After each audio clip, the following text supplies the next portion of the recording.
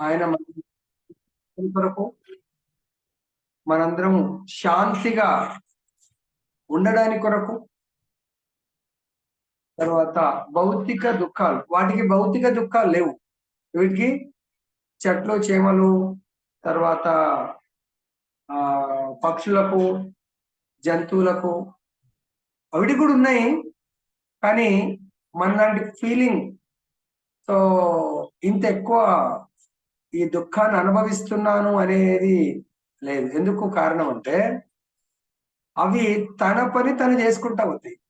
ఇతరులని నిందించడం కానీ, ఇతరులని హింసించడం కానీ, ఇతరులను బాధించడం కానీ చెట్లు చేమలు చేస్తాయా? పక్షులు చేస్తాయా? ఏమో పశువులు చేస్తాయా? ఇతరులకు హాని చేస్తాయా? హాని చేస్తాయా? చేవు. తనకు కావాల్సిన ఏంటి? 4 పనులు. అవి ఆహారము, నిద్ర, సో పిల్లల్ని కనటము, సో తనను తను రక్షించుకోవడం. ఈ 4 చేస్తూ ఉంటాయి. ఇతరులకు తన ఆహారం కొరకు ఇతరుల ఆహారాన్ని లాక్కోవు. పక్షులు అన్ని ఒక 100 పక్షులు వెళ్తాయి పంట పొలంలో. ఏది కూడా తినకుండా వాటి ఫైట్ చేసుకోవు. దేనికి ఎంత ఇష్టం ఉంటే అంత పూజించి వస్తూ ఉంటాయి. పావురాలను అప్పుడప్పుడు చూస్తూ ఉంటుంది. రోడ్డు మీద ఎవరన్నా గింజలు వేస్తే దేనికి ఎంత కావాలనో అంత పూజించి మళ్ళీ అన్ని కలిసి ఎగిరిపోతా ఉంటాయి. చీమల్ని చూస్తాం, ఎక్కడ చక్కెర పోస్తే 100 చీమలు ఫైట్ చేసాయా? చేస్తే ఎప్పుడైనా చూసారా? చీమలు ఫైట్ చేసాక తేనెటీగలు ఉంటాయి. ఒక తేనె తట్టకు హండ్రెడ్స్ ఆఫ్ తేనెటీగలు ఉంటాయి. అవి వాటి మధ్య ఏమైనా ఫైట్ చేసుకోగా చూసారా? అన్ని కూడా కష్టాయితం తీసుకొచ్చి ఒక దగ్గర డంప్ చేస్తూ ఉంటాయి. అదే మనం నేను అనుభవించాలి అనే కాన్సెప్ట్ ఫైట్ కదా. ఇంట్లో కూడా మనకు 4 పిల్లలు, 2 పిల్లలు ఉంటే 2 పిల్లల ఫైటింగ్ దేనికి? ఏదైనా వస్తువు నాకు కావాలి, నాకు అన్నప్పుడే ఫైటింగ్ స్టార్ట్ అవుతుంది. లేదు పర్వాలేదు ఇతరులు తీసుకొని అన్నప్పుడు దెర్ ఇస్ నో ఫైటింగ్. త్యాగానికి ఫైటింగ్ లేదు కదా. భోగానికి ఫైటింగ్ స్టార్ట్ అవుతుంది. త్యాగం చేస్తున్నప్పుడు ఆయనతో ఫైటింగ్ ఎవరైనా చేస్తారా? ఇది కూడా మీరు తీసుకోండి, పర్లేదు మీరు తినండి, లేకపోతే మీరు తీసుకోండి అంటే, అరే నాకెందుకు ఇస్తున్నావు, నువ్వు తీసుకొని ఎవడన్నా ఫైట్ చేస్తాడా? ఎవడు ఫైట్ చేయడు. సో ఇక్కడ కూడా మనము శాంతికి, భౌతిక దుఃఖాలకు కారణం ఏంటంటే, ఫస్ట్ కారణం మనం భగవంతుని మర్చిపోవడం. భగవంతుడితో సంబంధాన్ని మనము మర్చిపోయి జీవించడం. భగవంతుని మర్చిపోయాము, అలానే అందరినీ మర్చిపోయినామా? మర్చిపోం. భగవంతుని మర్చిపోయి భౌతికాన్ని గుర్తుపెట్టుకుంటున్నాం. భౌతికం అంటే శాశ్వతమైనటువంటి సంబంధము భగవంతుడు. అటువంటి శాశ్వత సంబంధాన్ని మర్చిపోయి తాత్కాలిక సంబంధము, తాత్కాలిక సుఖాల కొరకు మనము ప్రయత్నం చేస్తాం. తాత్కాలిక సుఖము, తాత్కాలిక సంబంధము మనము నిజమైన జీవితం అనుకోవడం వల్ల మనకు దుఃఖాలు స్టార్ట్ అవుతాయి. భగవంతుడిని మనము శాశ్వతంగా గుర్తుపెట్టుకుంటే, అంటే ఎలా గుర్తుపెట్టుకోవాలా? నాకు ఈ విశ్వంలో నేను అనుభవిస్తున్న ప్రతి ఒక్కటి కూడా ఎవరు మనకి ఇస్తుంది? భగవంతుడు. ప్రభుజీ ఎలా భగవంతుడు అంటారు? మనకి ఇంత పెద్ద బిల్డింగ్ ఉంది, డబ్బులు ఉన్నాయి, బ్యాంక్ బ్యాలెన్స్, కానీ మనం ఆనందంగా ఉండగలుగుతామా? తినడానికి ఏమీ లేవు. ఇప్పుడు సపోజ్ ఎగ్జాంపుల్ తీసుకుంటే, ముస్లిం కంట్రీస్ లో అన్ని కూడా వాళ్ళు దాన్ని ఏమంటారు, ఇంపోర్ట్ చేసుకుంటారు. ఏంటి? తిను బండారాలన్నీ కూడా. అక్కడేం పంటలు పండవు. అక్కడ ముఖ్యంగా ఏముంటది? అక్కడ ఆయిల్ ఎక్కువ, దాంతో చాలా డబ్బులు అయితే ఉన్నాయి. తినేటివి ప్రతి కంట్రీ వాళ్ళని అసలు ఏం పంపమని బైకాట్ చేస్తారు అనుకోండి, వాళ్ళు జీవించగలుగుతారా? ఎడారి ప్రాంతం అది. ఏమంటారు రోజు? అవునా కదా. ఎంత డబ్బున్నా కావాల్సిందేంటి? మరి మనం కూడా దేని మీద డిపెండ్ అవుతున్నట్టు? తినడానికి ఏవైతే కావాల్సిందో. అందుగురించే స్టార్టింగ్ అది చెప్పాను. ఇప్పుడు ఈ వృక్షాలన్నీ కూడా, చెట్లు చేమలు అన్ని మాట్లాడుకొని స్ట్రైక్ చేశాయనుకోని, మనం ఎందుకు మానవులకు సాయం చేయాలి? మన కష్టాలైతే వాళ్ళకి ఎందుకు ఇవ్వాలి? పంట పొలాలు కానీ, చెరుకు కానీ, ఆకుకూరలు కానీ, ప్రతి ఒక్కటి, పప్పు దినుసు, ఇవన్నీ కూడా మీటింగ్ పెట్టుకొని మనం అసలు పెరుగుదాం, కానీ మనము మన యొక్క ఫలాన్ని ఇవ్వకూడదు. పూత పూయొద్దు, కాత గాయొద్దని అవి మొండికేసాయి. అప్పుడు మనం జీవించగలుగుతామా? ఏం ప్రభుజీ? చాలా డబ్బులు ఉన్నాయి, జీవించగలుగుతారా? పాప అవిటికి ఏమైనా డబ్బులు పే చేస్తున్నారా మీరు? ఇక్కడ అవి వాటి ధర్మాన్ని అవి చేస్తున్నాయి. ఎందుకు? ఏం ధర్మము చేస్తున్నాయి? మనకు వాటి కష్టార్జితంతో మనల్ని సుఖపెడుతున్నాయి. అవును, కరెక్టేనా? చెట్లు, చేమలు, వృక్షాలు అన్ని మనం తినడానికి ఎక్కడి నుంచి వస్తుంది? అంతా కూడా నేచర్ నుంచే కదా. మనం ఏమన్నా కంపెనీస్లలో, ఇండస్ట్రీలలో మ్యానుఫ్యాక్చర్ చేస్తున్నామా? మనం భోజనం చేసి ఏది కూడా మ్యానుఫ్యాక్చర్ కాదు. మ్యానుఫ్యాక్చర్ అయ్యేదంతా ఈ శరీరం వాడుకోవడానికే గాని ఇన్నర్ కాదు. మ్యానుఫ్యాక్చర్ అనేది కూడా బయట కొరకే. అవునా? కాస్మెటిక్స్ కానీ, డ్రెస్సెస్ కానీ, ఏదైనా కూడా శరీరం బయటకు యూజ్ అవుతుంది కానీ శరీరం లోపలికి కంపెనీస్ లో తయారైన ఏమైనా యూజ్ అవుతుందా? ఒకసారి ఆలోచించండి. ఏమైనా యూజ్ అవుతుంది అంటే చెప్పండి. అలా ఐటమ్ లోపలికి బ్రెడ్ ఉంది, బ్రెడ్ కూడా ఎక్కడి నుంచి వస్తుంది బ్రెడ్? వీటి నుంచి. అంటే పండించిన దాని నుంచి ఆ వస్తువు మార్పిడి జరిగిందే తప్ప వస్తువు మ్యానుఫ్యాక్చరింగ్ అయిన వస్తువుని ఏమైనా తినగలుగుతామా? ఇవాళ రేపు కొన్ని డూప్లికేట్ రైస్, ప్లాస్టిక్ రైస్ కూడా ఏదో చేసాం, కానీ ఆ రైస్ తిని ఆనందంగా ఉండగలుగుతారా? ఆ ప్లాస్టిక్ ఉండలేరు కదా. అదేవిధంగా నేచర్ లో దొరికింది. ఆ నేచర్ తన ధర్మం ఏంటి? నేచర్ యొక్క ధర్మము పరాన్నజీవులం. ఇతర జీవిని సంతృప్తి పెట్టటమే. అంటే ఇతర జీవులకు భోగాన్ని, వాళ్ళు జీవించడానికే నేనున్నాను అని అవి స్వతహాగా ప్రతి సీజన్ ఆనందంగా పంటనిస్తుంది. ఏదన్నా చెట్టు ఏడ్చుకుంటూ ఇస్తుందా? ఆవులున్నాయి, పాలు ఏడ్చుకుంటూ ఇస్తాయా? గేదెలను ఏడ్చుకుంటూ ఇస్తాయా? మరి అవి గడ్డి తింటున్నాయి, మనకేమిస్తున్నాయి? పాలని. అంటే దాని యొక్క శరీర ధర్మంలో దాని యొక్క రక్తాన్ని మనకి ఇస్తుంది. ఇప్పుడు మనం కూడా అనం, అప్పుడు కోపం వస్తే నా రక్తం అంతా దారపోసిన అని పిల్లల మీద అంటారా? నా జీవితం అంతా నీకే రా, రక్తం అంతా నేను ఎప్పుడు సుఖపడ్డాను అంటారా కదా. స్పెషల్లీ తల్లులు అంటాం కదా. ఎందుకు రక్తం అంటారు తెలుసా? రక్తం అనే పదం ఎందుకు వాడతారు? పాలు. తండ్రి కష్టపడతాడు, రక్తమేమి ఇయ్యడు. That is nothing but blood, milk same కదమ్మా. బ్లడ్ కూడా లోపల నుంచి వస్తుంది. బ్లడ్ అంటే ఎవరైనా ఇస్తారు, లీటర్ 2 లీటర్ పాలు ఎవరు ఇస్తారు? న్యాచురల్ పాలు. అంటే దెబ్బ పాలు ఇస్తుండొచ్చు కానీ న్యాచురల్ తల్లి పాల యొక్క బలాన్ని ఈ సృష్టిలో ఏది కూడా ఇవ్వలేదు. ఈ రోజు ఏదో స్పెషల్ డే అని విన్నాను నేను. ఏం డే ఈ రోజు? Father's day. So father's day అంటే మరి పిల్లలందరూ చేయవలసింది ఏంటి? సో ఇక్కడ ముఖ్యంగా భౌతిక ఈ దుఃఖాలు పిల్లలతోనే వస్తాయి. పిల్లలకు తల్లి అంతేనా? కరెక్టేనా? తల్లిదండ్రులతో పిల్లలకు దుఃఖం వస్తుంది, పిల్లలకు వైస్ వర్స. మా నాన్న సతాయిస్తాడు, మా అమ్మ సతాయిస్తాడు, పిల్లలు అంటారు మా పిల్లలు సెటిల్ కాదులేని తల్లిదండ్రులు కదా. సో కాబట్టి ఇక్కడ మనం చూద్దాం. ఇప్పుడు అర్థమైంది అనుకుంటా. మన యొక్క దుఃఖానికి మనం స్వార్థపూరితంగా మనం సేవ ఎట్లయితే చెట్లు, చేములు, పశువులు వితౌట్ ఎనీ ఎక్స్పెక్టేషన్, అంటే ఎటువంటి స్వార్థం లేకుండా నిస్వార్థంగా సేవ చేయడంలో వాటికి ఆనందం ఉంటది. ఇందాక వచ్చే చెట్లు చూసాం, రోజు మల్లెపూలు వస్తా ఉన్నాయి. మేబీ అవి డైరెక్ట్ తెంపుకొని మాతాజీ పెట్టుకోవచ్చు, లేదంటే డైరెక్ట్ తెంపి ఎవరు పెట్టొచ్చు? సపోజ్ ఆమె ఒక్కతే ఉన్నది కాబట్టి ఆమె పెట్టుకున్నా కూడా నడుస్తుంది. ఇద్దరు యారంలో ఇద్దరు కలిసి ఉన్నారు అనుకోండి, రోజు చెప్పుకుంటా నువ్వే పెట్టుకుంటావు, నాకు వద్దా? ఉన్నా కదా పూలు. అదే ఒకవేళ భగవంతుడికి పెట్టినాం అనుకోండి, భగవత్ ప్రసాదంగా ఇంటింత తీసుకున్నా కూడా ఎటువంటి ప్రాబ్లం ఉండదు. చూద్దాం.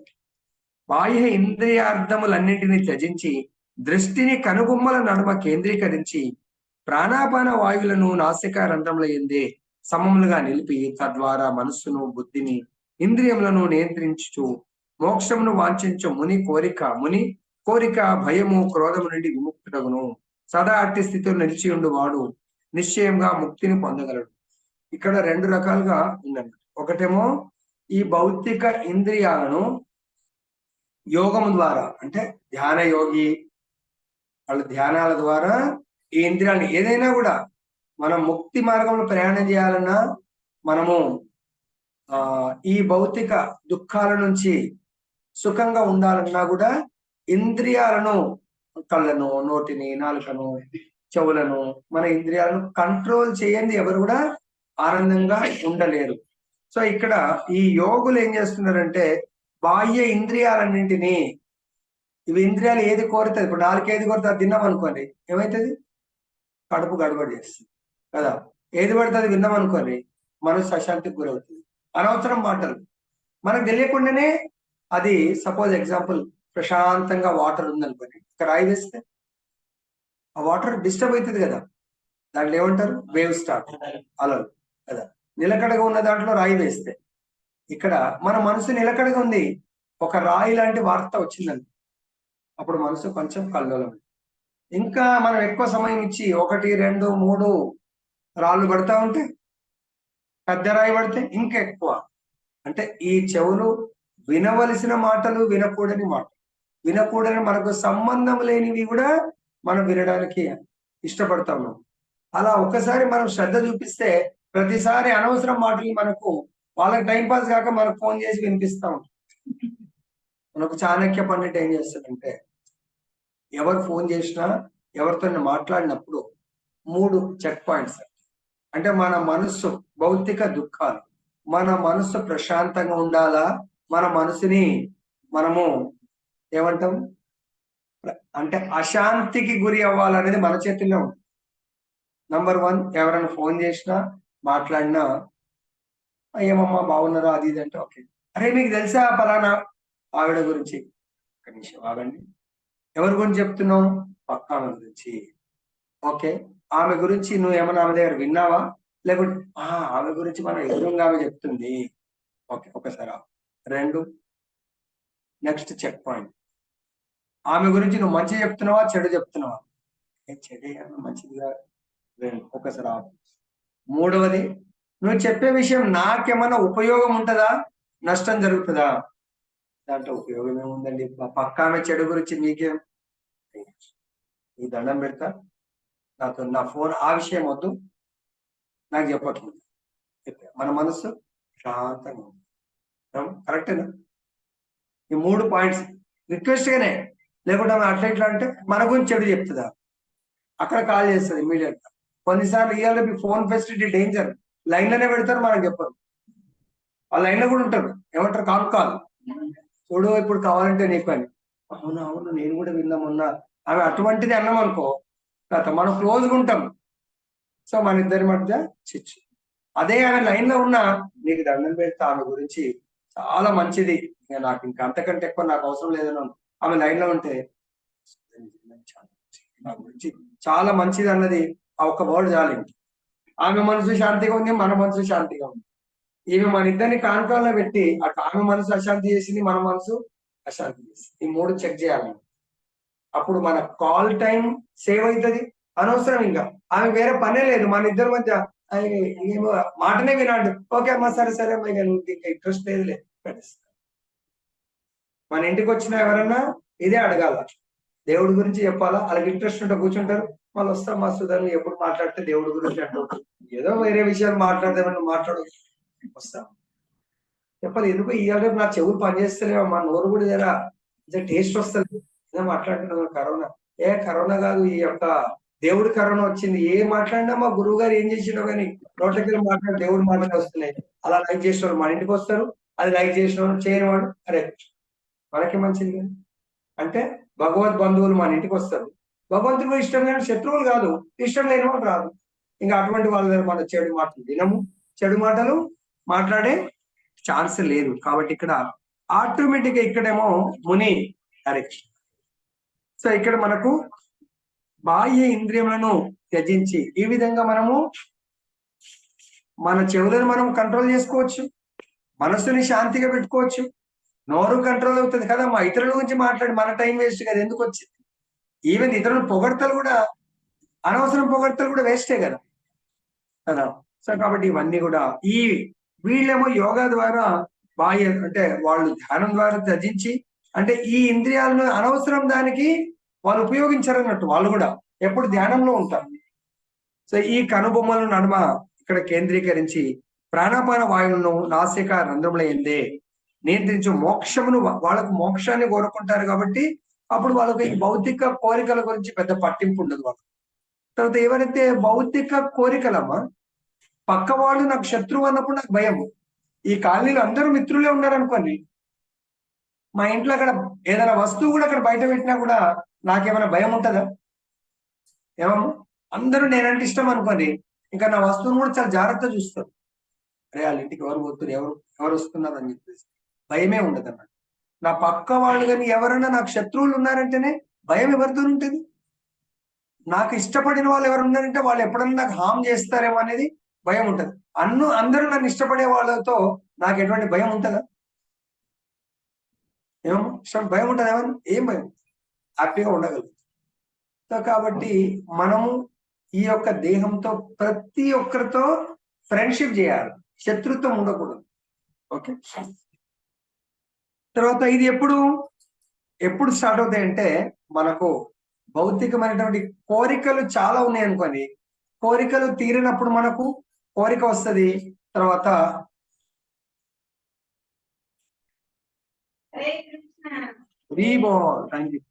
తర్వాత భాష కృష్ణ చైతన్యం నెలకొనట ద్వారా మానవుడు వెంటనే తన ఆధ్యాత్మిక స్వరూపంను గుర్తింపగలడు. ఇక్కడ ఆధ్యాత్మిక స్వరూపం అంటే మన యొక్క బాధలకు దుఃఖాలకు కారణం ఏంటంటే మనము చేయవలసినటువంటి పని చేయట్లేదు, చేయకూడనటువంటి పని చేస్తాం. సపోజ్ ఎగ్జాంపుల్, మనం ఏదైనా ఆఫీస్కి వెళ్తాం, స్కూల్కి వెళ్తాం. స్కూల్లో మనము మన ధర్మం ఏంటి? యాజ్ ఎ టీచర్గా పిల్లలకు న్యాయం చేయాలి. మంచి మన సబ్జెక్టు బ్రహ్మాండ, ఎన్ని క్లాసులు ఉంటే అన్ని క్లాసుల్లో పిల్లలందరూ లైక్ చేసే విధంగా చెప్పాలి. స్కూల్ కానీ కాలేజ్ కానీ. సాఫ్ట్వేర్ ఆఫీస్ ఉందనుకో, మనకు ప్రాజెక్ట్ చెప్తారు. సో దాంట్లో ఎవ్రీ డే టు డే మనకు ఒక అసైన్మెంట్ ఉంటుంది. ఆ ఎవ్రీ డే టు డే మన మేనేజర్ ఎవరికైతే రిపోర్ట్ చేస్తామో బ్రహ్మాండంగా పనిచేస్తాం అనుకోండి, ఇంకా కంపెనీతోని కానీ మన మేనేజర్తో కానీ, స్కూల్ అయితే మన హెచ్ఎంతో మనం భయపడుతూ పని చేయవలసిన అవసరం ఉంటుందా? పిల్లలందరూ పేరెంట్స్ కూడా పేరెంట్ టీచర్ మీటింగ్ రోజు ఆ టీచర్ ని అందరు లైన్ కడతారు, గెలవాలని లైక్ చేసిన టీచర్ కదా. ఆ సబ్జెక్ట్ లో 100 మార్కులు వస్తా ఉన్నాయి అనుకోండి, అప్పుడు హెచ్ఎం కానీ స్కూల్ మేనేజ్మెంట్ కానీ మనకు వద్దంటే కూడా ఇంక్రిమెంట్ ఇచ్చి పెట్టుకుంటున్నారు. లేదండి వేరే స్కూల్కి వెళ్ళాలనుకుంటున్నారు. ఎందుకమ్మా వెళ్తామంటే, ఇక్కడ శాలరీ తక్కువ ఉంది, లేదు నువ్వు వెళ్ళాల్సి ఉంటుంది, నీకు శాలరీ ఎక్కువ ఇస్తాము కదా. అదే విధంగా ఇక్కడ మనము భగవంతుడు ఏమన్నాడు? కృష్ణ చైతన్యం నెలకొన ద్వారా మానవుడు వెంటనే తన ఆధ్యాత్మిక స్వరూపము, ఆధ్యాత్మిక స్వరూపం అంటే ఎట్లయితే ఇందాక ఎక్కడి నుంచి వచ్చాము, చెట్లు చేమలు, వాటి యొక్క స్వరూపం ఏంటి? ఎటువంటి స్వార్థం, అటువంటి ఆశించకుండా అవి సేవ చేస్తావు కదా. మనం కూడా ఈ దేహము కొరకు పనిచేస్తున్నాం, దానివల్ల మనకు దుఃఖాలు. మనము దేహము అని ఆలోచించి, అంటే నేను దేహము అంటే ఈ శరీరాన్ని చూసుకొని మురుస్తా ఉంటాం. ఈ శరీరం యొక్క అందం కానీ, ఈ శరీరంకు ఉన్నటువంటి ఆస్తి పాస్తులు కానీ, శరీరంతో మనకు ఉన్నటువంటి బంధం. ఇప్పుడు మా వైఫ్ చాలా స్మార్ట్ ఉంది అనుకోండి, నేను చాలా కాలర్ ఎగరేసుకుంటా అనుకుంటే, నేనేమో చాలా నన్ను ఎవరు చూడడు. కానీ మాతాజీ నాకు ఆపోజిట్ కలర్ లో చాలా బ్యూటీ ఉంది అనుకోండి, అరే ఆమె బ్యూటీ నీకేం చేసి కదా. మాతాజీలో వాళ్ళ హస్బెండ్ మంచి హ్యాండ్సమ్, అరే ఆయన అది ఏం చేస్తారు కొంతకాలంగా ఉంటుందా, ఎక్కువ కాలం. 6 రకాల మార్పుల్లో ఒక మార్పు ఒకనొక రోజు ఇది పోతా ఉంటుంది. కాబట్టి ఈ భౌతికం కాదు మనకు కావాల్సింది, మనం చేయవలసిన మన స్వరూపం నేను ఆత్మకు మార్పు ఉండదు. ఈ ఆత్మ చేయవలసిన పని ఏంటి? భగవంతుని సేవించాలా. ఎలా అయితే మీరందరూ కూడా, మాతయ్యలందరూ కూడా హస్బెండ్ పిల్లల్ని, ఇక అన్మ్యారీడ్ అయితే అమ్మ నాన్నకు సేవ చేయటం. ఈరోజు తండ్రి అంటే సందర్భం వచ్చింది కాబట్టి శాస్త్రం ఏం చెప్తుందంటే, ఎవరైతే తండ్రి సేవ నిస్వార్థంగా తండ్రికి ఒబీడియంట్ గా ఉంటారో వాళ్ళకు స్వర్గం, నెక్స్ట్ లైఫ్ స్వర్గం చాలా ఈజీ అంట. ఎంతమంది స్వర్గ సుఖాలు భోగాలను అనుభవించాలనుకుంటున్నారు? స్వర్గంకు పెద్ద తపస్సు, హిమాలయస్ వెళ్ళి తపస్సు ఇంకా ఏం చేయాల్సిన అవసరం లేదు. అమెరికా అయితే ఒక్కసారి అట్లీస్ట్ టూరిస్ట్ అన్నా దానికన్నా పోయి చూసేద్దాం అనుకుంటారు. స్విట్జర్లాండ్ అక్కడ ఇక్కడ, ఇవి నథింగ్ అన్నట్టు స్వర్గ భోగాలం అన్నట్టు. సో అసలు ఏది మనం కోరుకుంటే అక్కడ అన్ని దొరుకుతా ఉంటాయి సేవలు. స్వర్గ సుఖం కేవలము తండ్రి యొక్క రుణాన్ని తీర్చుకుంటే చాలా సులభం. ఒక కథామృతంలో విన్నాను, ఒక భక్తుడు ఎట్లయితే మనకు చాలాసార్లు తల్లి తండ్రి సేవ అనగానే ఏ భక్తుడి మాట గుర్తొస్తుంది రామాయణంలో? ఒక భక్తుడి మాట. ఇప్పుడైతే భగవంతుడు శ్రవణ కుమారుడు ప్రభుజీ. తల్లి తండ్రిని ఏ సేవ చేస్తున్నాడు ఆయన? కాబట్టి మోసుకుంటూ తీర్థయాత్రలు తీసుకెళ్తారు. అప్పట్లో పాదయాత్రనే కదా, సో వాళ్ళిద్దరు మోసుకుంటూ తీసుకెళ్తుంటారు. జీవితం తల్లిదండ్రికి మోక్షం కల్పించడానికి. అయితే ఒక భక్తి అందుగురించే మనం అంత ఈజీ తీసుకోవద్దు. తండ్రి తల్లి సేవ, జన్మనిచ్చిన వాళ్ళు ఎప్పటికీ రుణం తీర్చుకోలేరు. కాబట్టి ఆ తండ్రి యొక్క రుణం ఆయన స్వతహాగా, నేను ఈరోజు నీ సేవ వల్ల చాలా ఆనందంగా ఉన్నాను బెట, ఇంకా నీకు నాకు రుణం లేదు అని తండ్రి సంతోషంగా చెప్పినప్పుడే రుణానుబంధం పోతుందండి. అప్పుడు ఆయనకు స్వర్గ సుఖం చాలా సులభం.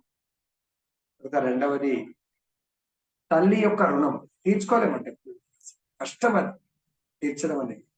కానీ ఒకవేళ తల్లిని నిజంగా చాలా సంతృప్తి పెట్టేంత సేవ కొడుకు చేసినప్పుడంట ఈ భూమండలంలో ఉన్న సర్వ సుఖాలకు ఆయన అర్హత సంపాదిస్తుంది. ఆయనకు దొరకంది అంటూ ఏది ఉండదు ఎవరైతే తల్లి సేవ చేస్తారు. ఇంకా ఆయనకి ఎటువంటి దుఃఖము రాదండి. తల్లి సేవ చేస్తే ఏం దొరికింది? స్వర్గము. తల్లి సేవనే పరమ లక్ష్యం. అంటే ఒక్కొక్క స్టెప్ చెప్తున్నాం. తల్లి సేవ చేసిన వాడికి భూమండలంలో ఇది అసాధ్యం అనేది ఉండదు. ఇంకా మూడవది,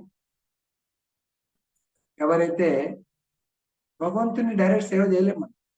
ఎవరైతే రెండు రకాల తండ్రులు, జన్మనిచ్చిన తండ్రి అంటే శరీరాన్ని జన్మనిచ్చిన తండ్రి, అదే విధంగా ఈ శరీరంలో ఉన్నటువంటి ఆత్మకు భగవంతుని యొక్క మార్గాన్ని చూపించినటువంటి ఆధ్యాత్మిక తండ్రి, గురువు. శరీరాన్ని అయితే ఇచ్చింది తల్లిదండ్రి, మీరు ఎవరు అని చెప్పలేకపోతున్నారు. అమ్మా నేను ఎవరు అంటే మీద ఏం ఆన్సర్ ఉంది? నువ్వు నా కొడుకువే అంటే, నీ కొడుకు అంటే సపోజ్ నన్ను శాశ్వతం నువ్వే పెట్టుకోవాలి. అసలు నేను ఎక్కడి నుంచి వచ్చినా? నన్ను ఏమన్నా నువ్వు సృష్టించావా? సృష్టించలే కదా, గర్భంలో పెంచావు అంతే. సృష్టించడం మ్యానుఫ్యాక్చర్ అయితే చేయలే కదా, చేశారు ఎవరు? మరి నాకు ఎవరితో ఇవన్నీ దుఃఖాలకు కారణం ఏంటి? పోనీ నువ్వన్నా నిడిచిపెట్టిపోతావు, నేనన్నా నిడిచిపెట్టిపోవాలా? ఎక్కడ వెళ్తాం మనం? ఎందుకు ఈ మార్పులు వస్తున్నాయి? తల్లిదండ్రుల దగ్గర ఆన్సర్ ఉందా? లేదు. చెప్పండి, ఉన్నాయా రామోహన్ ప్రభు? మార్పులు మనం నిడిచిపెట్టి పోవద్దు కదా, శాశ్వతంగా మనతోనే ఉండాలా. మరి వెళ్ళిపోతున్నారు కదా, ఎక్కడికి వెళ్తున్నాం? రామ్ నామ్ సత్య హై, రామ్ నామ్. జీవితం మొత్తం రామ్ నామ్ అసత్య హై, రామ్ నామ్ అసత్య హై. జీవించి ఉండగా రామనామ్ అసత్యము, చనిపోయిన తర్వాత రామనామ్ సత్యం అంటారా? అంటారా? హరే కృష్ణ అసత్యము, వెళ్ళిపోయేటప్పుడు హరే కృష్ణ సత్యము. శరీరంకు సత్యమా? చెప్పండి. బతికున్నప్పుడు రామనామ్ సత్యం అంటే రాముడి దగ్గరికి వెళ్తాను, చనిపోయిన తర్వాత వెళ్ళేది ఏముంటుందండి? సో కాబట్టి గురువుని ఎవరైతే సేవిస్తారో బ్రహ్మలోకం కూడా దాటిపోతుంది చాలా సులభంగా. మనం చంద్రలోకం వెళ్ళాలంటేనే అందరూ చాలా కష్టం అటువంటిది. అంటే భగవంతుడి యొక్క వైకుంఠ లోకాలకు వెళ్ళటం గ్యారంటీ ఎవరిని సేవిస్తే? గురువుని సేవించడం. అలాంటి మన ఇల్లు వదిలేసి గురువు వాళ్ళ ఇంటికి పోమని పోతారు ఎవరైనా? పోయినా కూడా గురువు గారు మీరు మీ ఇంటికి రాణిస్తారు. మీ ఇంట్లో ఒక రోజు ఉండొచ్చా, 2 రోజులు ఉండొచ్చా, ఎవరు రాణిస్తారు? కానీ అటువంటి ఆపర్చునిటీ వస్తే గురువుని సేవించడం అంటే ఈరోజు మీరు నన్ను ఇన్వైట్ చేసిండ్రు, so this is nothing but సేవ్. గీత యజ్ఞం గురువు గారు కావాల్సిందండి. ఈరోజు ఇక్కడ 10 మంది ఉన్నారు. 10 మందికి గురువు గారు ఇదే ఆనందాన్ని. ఒక్కొక్కరికి ఒక రకం కష్టమైతే ఉండొచ్చు, ఎవరికైనా కష్టాలు లేని వాళ్ళు ఉన్నారు ఇక్కడికి వచ్చిన వాళ్ళు. ఏదో ఒక రకం కష్టమైతుంది కదా, లేవా కష్టాలు? మరి ఆ కష్టాలకు సూత్రం ఈరోజు మనం తెలుసుకుంటాం. ఇదే గురువు గారిని సేవించారు. ఇదేమైనా కష్టమైందా? 45 minutes లో గురువు గారి సేవకు అరేంజ్మెంట్ చేశారు మా రామ్మోహన్ ప్రభుజీ. 6:15 వార్త వచ్చింది, గురువు గారు సేవించే అవకాశం ఉంది, ఎవరికి ఛాన్స్ ఉంది అంటే రామ్మోహన్ ప్రభు సెలెక్ట్ చేసుకున్నాడు దంపతులు. మా సుమమాతని కూడా వచ్చింది.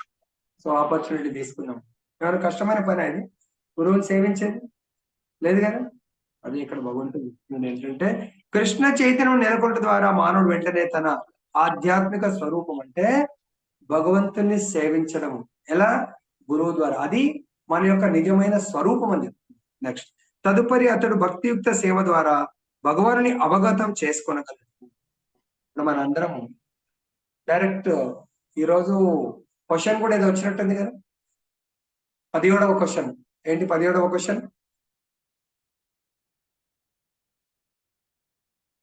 భౌతిక యోగా గురించి, యోగా యొక్క పరమ లక్ష్యమా సంథింగ్ ఏదో వచ్చిందండి.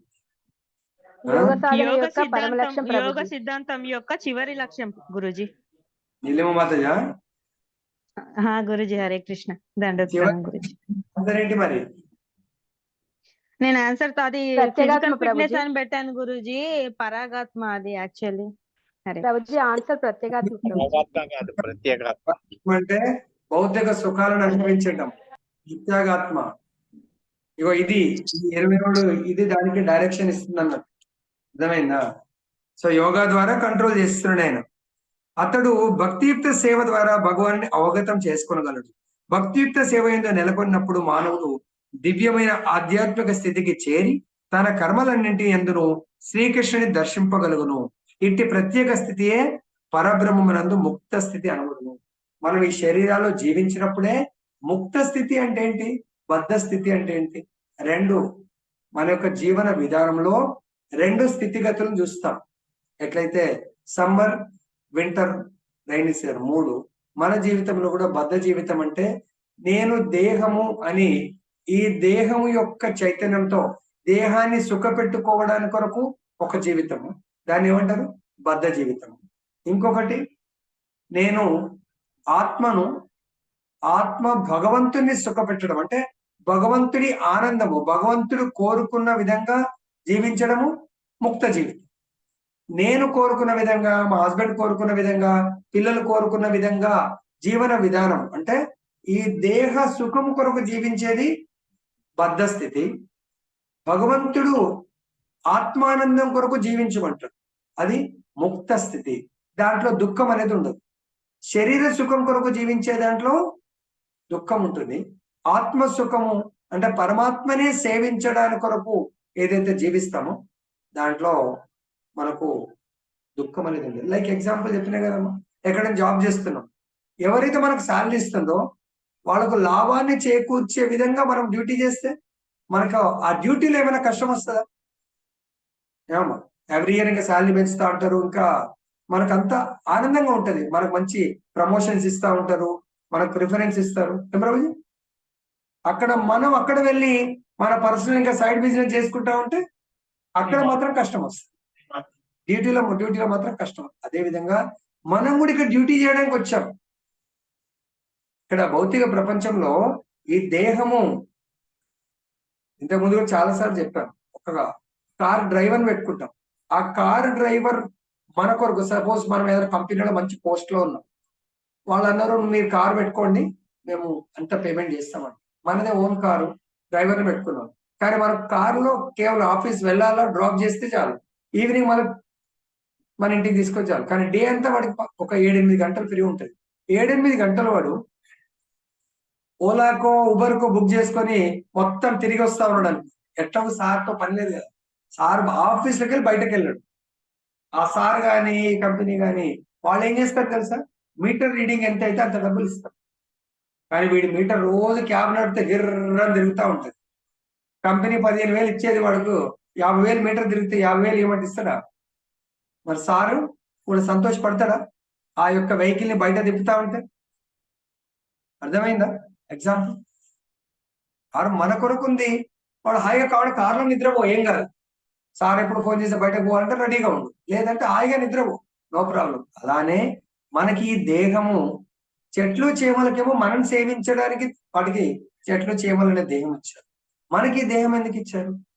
భగవంతుని సేవించడానికి అని గుర్తుపెట్టుకుంటే మనకి ఎటువంటి దుఃఖం రాదు. కార్ డ్రైవర్ ఓనర్ ని సేవిస్తే చాలు, మంచి డబ్బులు వస్తాయి కదా. నెక్స్ట్, పరబ్రహ్మను ముక్త స్థితిని సాధించే విషయమును గూర్చి అర్జునులకు వివరించిన పిమ్మట శ్రీకృష్ణ భగవానుడు యమము, నియమము, ఆసనము, ప్రాణాయామము, ప్రత్యాహారము, ధారణము, ధ్యానము, సమాధి అను 8 అంగములుగా గల అష్టాంగ యోగ ద్వారా ఎట్లు మానవుడు అట్టి స్థితిని పొందగలడో ఉపదేశించున్నాడు. రాబో 6వ అధ్యాయం నందు వివరముగాను పంచమాధ్యాయపు చివరన స్వల్పంగా ఈ యోగ విషయం తెలుపబడింది. శబ్దము, స్పర్శ, రూపము, రుచి, వాసన వంటి ఇంద్రియ అర్థములను యోగమునందలి ప్రత్యాహార విధానం ద్వారా తొలగించి దృష్టిని కనుబొమ్మల నడప నిలిపి సగం మూసిన కనులతో నాసికాగ్రామున కేంద్రీకరింపవలను. కనులను పూర్తిగా మూసినచో నిద్రించే అవకాశము కలదు. అంతేకాకుండా ఇంద్రియార్థములచే ఆకర్షింపబడు అపాయం కూడా కలదు. కనుక కనులను పూర్తిగా తెరిచి ఉండడం చేత కూడా ఎట్టి లాభం కలగదు. కనుక సగం మూసిన కనులతో ఉచ్ఛ్వాస నిశ్వాసమును క్రమబద్ధము చేయుట ద్వారా శ్వాస చలనములను నాసిక ఎందే నియంత్రింపవలను.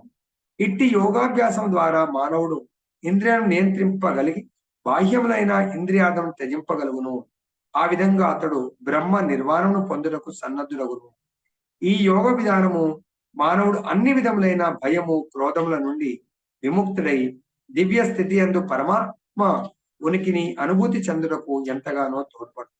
మరో మాటలు చెప్పాలంటే యోగ సిద్ధాంతమును నిర్వహించుటలో కృష్ణ చైతన్యం అత్యంత సులభమైన విధానము. ఈ విషయం రాబో అధ్యాయం నందు చక్కగా వివరింపబడింది. కృష్ణ చైతన్యవంతుడు నిరంతరము భక్తియుక్త సేవ యందు నెలకొని ఉండుచే తన ఇంద్రియాలను మరే ఇతర కార్యములందు నెలకొల్పడు. ఇంద్రియాలను నియంత్రించుటకు ఈ పద్ధతి అష్టాంగ యోగ పద్ధతి కంటేనూ ఉత్తమమైనది. సో ఈ ఇంద్రియాలను మనము ముక్తిని, భౌతిక దుఃఖాల నుండి విడిపడాలంటే అష్టాంగ యోగ విధానం కూడా ఉంది. మొన్న ఆల్రెడీ చెప్పాను. అష్టాంగ యోగ విధానంలో మొదటిది యమ, నియమ, ఆసనము, ప్రాణాయామము. యమమే 5 మీద డిపెండ్ అవుతుంది అన్న. యమము అంటే దాన్ని మనం ఏం డిస్కస్ చేసాము, దాని యొక్క విధి విధానాలను, దాని యొక్క నియమాలను పాటించడం చాలా కష్టమైనటువంటిది. అంటే అక్కడ కూడా ఇంద్రియాలను ఫస్ట్ కంట్రోల్ చేయాలి. ఇంద్రియాలని కంట్రోల్ చేయకుండా మనము ఈ మన భౌతిక సంసారంలో ఉంటూ ధ్యాన యోగాన్ని మనం చేయడం అనేది చాలా కష్టం. అది ఎప్పుడు ఈవెన్ విశ్వామిత్రుడు త్రేతాయుగంలో 60,000 సంవత్సరాలు తపస్సు చేయడానికి కూర్చుంటే కూడా ఆయన ఇంద్రియాల్ని కంట్రోల్ చేసుకోలేకపోయాడు. ఎవరు వచ్చి డిస్టర్బ్ చేశారు? మేనకు వచ్చింది. సో ఆమె యొక్క అందానికి, ఆమె యొక్క సౌండ్కే ఆయన యొక్క ధ్యానము చలించిపోయింది. ఆమె యొక్క సౌండ్ అంటే మంచిగా పాడుతా ఉంది, ఆ డాన్స్ యొక్క సౌండ్ కు ఇంద్రియాలు అవుట్ ఆఫ్ కంట్రోల్ అయిపోతాయి. సో ఆమెని పెళ్లి చేసుకుని ఆమెతో సంసార యోగాన్ని ప్రారంభిస్తాడు. తపస్సు అంతా కూడా భంగమైంది. అటువంటిది ఈ కలియుగంలో మనం ఇంట్లో ఉంటూ అంత ధ్యానం చేసి ముక్తికి, ఈ భౌతిక దుఃఖాలన్నింటినీ కూడా అది కూడా చెయ్యొచ్చు, పద్ధతి అయితే ఉంది. కానీ ధ్యానం అనేది 7వ స్టెప్, సమాధి అనేది 8వ స్టెప్. మరి ఆ యమ స్థితిలోనే మనకి ఎంతో కష్టం అన్నప్పుడు విధి విధానాలను పాటించడం దానివి. అటువంటిప్పుడు ఆసనం అన్నప్పుడు మనం యోగా చేయడానికి, దాని ఏమంటే సూర్య నమస్కారాలు చేయడానికే మోకాళ్ళు వస్తున్నాయి, మోచేతులు వస్తున్నాయి అన్నప్పుడు ఇంకా మనం దాన్ని చేయడం అనేది చాలా ఇంపార్టెంట్. కాబట్టి అదే యోగ విధానాన్ని భక్తి యోగంలో మనం ఇంట్లో రోజు చేస్తున్న పనులనే కృష్ణుడిని సెంటర్ ఆఫ్ అట్రాక్షన్ గా భోజనం చేయాల. డైరెక్ట్ ఆహారాన్ని తీసుకోకుండా మనం ఏం చేయొచ్చు, తీసుకునే ప్రతి ఒక్కటి కూడా భగవంతుడికి నైవేద్యం పెట్టి ప్రసాద రూపంలో తీసుకోవాలి. సపోజ్ వాటర్ ని డైరెక్ట్ తీసుకోకుండా కృష్ణుడికి సమర్పిస్తే ఏమవుతుంది? తీర్థం అవుతుంది కదా. సో భోజనాన్ని డైరెక్ట్ మనం తీసుకుంటే అది మనకు ఆహారం, భోజనం అవుతుంది. అదే మనం భగవంతుడికి సమర్పించి తీసుకుంటే ప్రసాదం అవుతుంది. అలా మనం భగవంతుణ్ణి, ఇప్పుడు మీరు అందరికి, మాతయ్యలందరికీ పూలు పెట్టుకోవటం, అందులో ఇది మల్లెపూల సీజన్, చాలా ఇష్టం, పెట్టుకోవద్దు అనట్లేదు భగవంతుడు. కానీ ఏమంటున్నాడు? కేవలం భగవంతుడికి, రాధారానికి సమర్పించే రాధాకృష్ణులకు పెట్టుకుంటే అదేమవుతుంది? ప్రసాదంగా మారుతుంది. అది భగవంతుని మధ్యలో పెడితే చాలా సేఫ్ అని. నెక్స్ట్, నా సంపూర్ణ కృష్ణ చైతన్యం నందుండువాడు నన్ను సర్వ యజ్ఞములకు, తపోనియములకు, చర్మ భోక్తగను, సర్వలోకములకు మరియు దేవతలకు పరమేశ్వరునిగను, సకల జీవులకు లాభమును గూర్చి వానిగను మరియు శ్రేయోభిలాషినిగను తెలుసుకొని భౌతిక దుఃఖముల నుండి విడివడి పరమశాంతిని పొందు. ముఖ్యంగా మనకు చాలా సార్లు మనకు దుఃఖము అంటే కొన్నిసార్లు ఏదైనా విషయం వింటే ఇంకా నన్ను రక్షించే వాళ్ళు ఎవరూ లేరని చాలా అమ్మ కింద కూర్చున్న వాళ్ళు పైన కూర్చోండి పర్వాలేదు కూర్చోవచ్చు ఇంకా అంటే మనం చాలా దుఃఖ సాగరంలో మునిగిపోతాం. ఏ సందర్భాల్లో ఎవరైనా హస్బెండ్ చనిపోతే ఇంకా నాకు ఉన్న మొత్తం దిక్కే లేకుండా అయిపోయిందండి. అదే వయసులో ఉన్న కొడుకు చనిపోతే, కూతురు చనిపోతే, అట్లా నేను ఎవరినైతే చాలా నమ్ముకుంటానో వాళ్ళే నాకు నమ్ముకోవడం అంటే ఏంటి, వాళ్ళు నాకు ఒక ఆసరాగా ఉంటారు, ఆధారంగా ఉంటారు కదా, అంతే కదా. వాళ్ళు లేరు అన్న మనము వార్తని జీర్ణించుకోలేదు. అవునా, చాలా సమయం పట్టుడేది, ఎప్పుడు గుర్తొచ్చినా ఏడుపు వస్తాం. ఎందుకు, వాళ్ళని మనం ఎంతో నమ్ముకున్న నా జీవితానికి వాళ్ళే వెలుగు అనుకున్నాం, కానీ ఆ వెలుగు పోయింది, ఇంకా నాకు ఏముంది అని అనుకుంటాం. కానీ ఎవరైతే నా జీవితానికి వెలుగునిచ్చేవాడు భగవంతుడు అనుకున్నాను, భగవంతుడు ఎప్పుడైనా ఒకసారి ఉండి ఒకసారి లేకుండా ఉంటాడు? ఉండడు. కాబట్టి ఆ భగవంతుడి యొక్క కృప వల్లనే నాకు భర్త దొరికాడు. కానీ భగవంతుడే నిజమైన రియల్ భర్త, రియల్ తండ్రి. తండ్రి అంటే చాలా ప్రేమ ఉంటుంది చాలా మంది. కాబట్టి జగత్పతి, జగత్పిత ఎవరు? భగవంతుడు, కృష్ణ భగవానుడు. అందుగురించి ఇక్కడ ఏం చెప్తున్నారు, నా సంపూర్ణ చైతన్యం నందు అంటే నాకు కృష్ణుడే సర్వస్వం. అరే ప్రభుజీ, మేము మా ఇంట్లో మా వంశం ప్రకారం వేరే దేవతలు అనొచ్చు, అది కూడా చెప్తున్నాడు. సర్వ యజ్ఞములకు మీరు ఏ యజ్ఞమన్నా చేయండి, ఆ యజ్ఞంలో మొదటి పేరు ఎవరికి తీసుకుంటారు? సో మనం ఆచమనం చేపిస్తారు. ఏ మంత్రంతో చేపిస్తారు? మరి ఎక్కడైనా అర్చన చేయండి, ఏ మంత్రంతో అర్చన చేస్తారు? ఏ గుడికైనా వెళ్ళండి, అర్చన అనగానే భగవంతుడి యొక్క నామాలతోనే చేస్తారు, విష్ణువు యొక్క నామం కదా. అందుగురించి ఏ యజ్ఞం చేసినా సత్యనారాయణ ఏది యజ్ఞం చేయండి, యజ్ఞ పురుషుడే, యజ్ఞం అంటేనే విష్ణు భగవానుడు. అది మనకు తెలియక ఆ యజ్ఞం చేస్తాము, వాళ్ళని నమ్ముకుంటాము, ఎప్పుడు కూడా అబ్జర్వ్ చేయలేము మనం. మరి నేను చేస్తుంది వేరే యజ్ఞము, ఈయన ఈ పూజారి పంతులు గారు ఈ మంత్రాలు చదువుతున్నారు, ఎవరిని అడిగారా? మరి ఇప్పుడు అడిగిరా? మీరు ఈ మంత్రం చెప్పిస్తున్నారు అంటే అంతర్ అయ్యా శుచి భగవంతుని నామంతోనే జరుగుతుంది. తపో నియమములకు చరమభోక్త, ప్రతి తపస్సు కూడా చరమభోక్త భగవంతుడు. సర్వలోకములకు మన బ్రహ్మాండం తీసుకుంటే అందుగురించి భగవంతుడికి ఒక పేరు ఉంటుంది, ఏమంటారు? అఖిలాండ కోటి బ్రహ్మాండ. అది ఎవరు? ఓన్లీ విష్ణు భగవానుడు మాత్రమే. కానీ మన మీరు అలవాట్లో పొరపాటుగా ప్రతి ఒక్కరికి ఆ పేరు యాడ్ చేస్తుంది. మన ఇష్ట దైవం కూడా అఖిలాండ కోటి బ్రహ్మాండ నాయకుడు. ఎక్కడ ఆయన శరీరానికే నాయకుడు కాదు, ఆయన ఇంటికి నాయకుడు కాదు, కానీ అఖిలాండ కోటి బ్రహ్మాండ నాయకుడు. ఈ ఇంటికి యజమాని ఎవరిని అంటాము? రామ్మోహన్ ప్రభుజీ. జాయింట్ గా ఉంటేనే రామ్మోహన్ సుధామాతాజీ అని ఉంటుంది. లేకపోతే ఆయన ఒకడైతే హోల్ రిజిస్ట్రేషన్ ఆయన పేరు మీద రామ్మోహన్ ప్రభుజీ అంట. అవునా? ఎందుకు? ఆయన పేరు మీద రిజిస్ట్రేషన్ ఉంది కాబట్టి. అదే ఈ బ్రహ్మాండాన్ని అంటే ఆయన కట్టించుకుంటే ఆయన పేరు అంటారు కదా. అదే ఒకవేళ ఇది బ్యాంకు లోన్, ఇంకా బ్యాంక్ లోన్ ఉందనుకోండి, లేదండి బ్యాంకు వాళ్ళు ఓనరు, కాకపోతే ఈయన లోన్ కట్టిన తీర్చే వరకు బ్యాంకు వాళ్ళు లోన్ తీర్చుకొచ్చి లోన్ మొత్తం అయిపోయి పేపర్లు వీళ్ళ ఇంట్లో అంటే ఈయన ఓనరు. అవునా కదా? నిజమైన ఓనర్ ఎవరైతారు? కారు బ్యాంక్ వాళ్ళు ఇప్పించారు, వాడుకుంటున్నారు, కానీ నిజమైన పేపర్లను ఎవరి దగ్గర ఉంటారు? బ్యాంకే కదా ఓనర్. మీరు ఒక్క ఈఎంఐ 2 ఈఎంఐలు కట్టకపోతే కారు తీసుకోపోతారు. ఇది 2-3 ఈఎంఐలు కట్టకపోతే వచ్చి ఆక్షన్ వేస్తారు. మేము ఇది అనుకున్నామండి, ఇదండి మాది కాదు, మేము వింటున్నాం కానీ మేము ఇంకా తీర్చలేదు సార్, బయటకు నడుగురు, మేము ఇది ఆక్షన్ వేయాలంట అంటారా? ఎట్లా అంటారా అండి? మన ఇల్లు కదా. అట్లనే భగవంతుడి బ్రహ్మాండంలో ఆయన ఇచ్చిండు, మీరు వాడుకోండి అంటే ఈ బ్యాంకు అని అనలేం మనం. మరి భగవంతుని అయితే అంటున్నాం, బట్ ఇది మాదే అని చెప్పేసి అలా అంటున్నాం కాబట్టి మనకు దుఃఖం. బ్యాంకు వాడికి అలా అనకుండా కేవలం ఈఎంఐ పే చేస్తే మన జోలికి కూడా రాడు. వస్తాడా బ్యాంక్ అతను? రాడు. అలానే భగవంతుడి యొక్క బ్యాంకు వాడంటే bank owner, suppose Andhra bank ఏమైనా ప్రైవేట్ బ్యాంక్ అనుకుందా, ప్రైవేట్ బ్యాంకు ఒక ఓనర్ ఉంటాడు. ఆ ఓనర్ వచ్చి మిమ్మల్ని ఎలగొడతాడా? ఎవరు చెలగొడతారు? ఆయన యొక్క రిప్రజెంటేటివ్స్, మేనేజరు, వాళ్ళు వీళ్ళు ఉంటారు కదా, వాళ్ళు చెలగొడతారు కదా. అదే విధంగా ఈ బ్రహ్మాండానికి ఓనర్ ఎవరు? విష్ణు భగవానుడు. మరి ఈ బ్యాంకుకు ఓనర్ ఎక్కడో ఉంటాడు, భగవంతుడు ఎన్నో ఉంటాడు. ఆయన యొక్క representatives, bank representative, manager, assistant manager, క్లర్కులు, సిబ్బంది ఉన్నట్టుగా భగవంతుడు ఏమంటాడు? తపో నియమం చరమభోక్త సర్వలోకములకు మరియు దేవతలకు పరమేశ్వరుడు. ప్రైవేట్ బ్యాంక్ ఓనర్ అంటే ఎవరో పర్సన్ ఉంటాడు కదా, ఫ్యామిలీ ఉంటుంది. అలానే ఈ యొక్క దేవతలు, ఆ ఓనర్ మనకు కనబడతాడు. లోన్ ఓనర్ ఇచ్చిండా? ఎవరు ఇచ్చారు? ఆయన అండలో పనిచేస్తున్న మేనేజర్ ఎందుకు సార్ నేను ఇస్తా సార్ అంటాడు. మన యొక్క దేన్ని బట్టి ఇస్తాడు?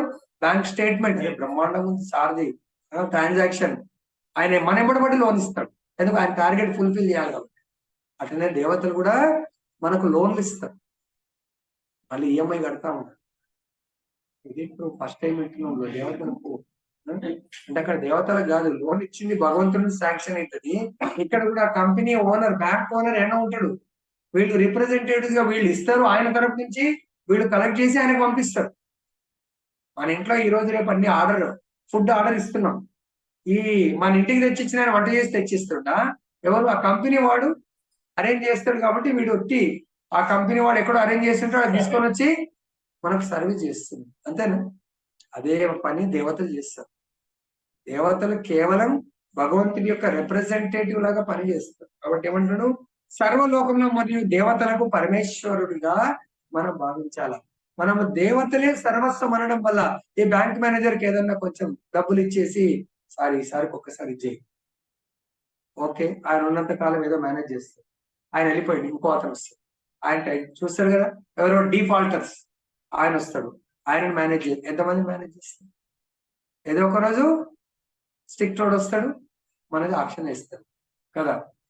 అదే విధంగా దేవతలకు అదే మనం పరమేశ్వరుడు, ఆ భగవంతుని సంతృప్తి, ఓనర్ ని సంతృప్తి. అంటే మీరు డైరెక్ట్ పేమెంట్ చేస్తే వీళ్ళు ఎవరికి భయపడాల్సిన అవసరం లేదు. ఎవరికి?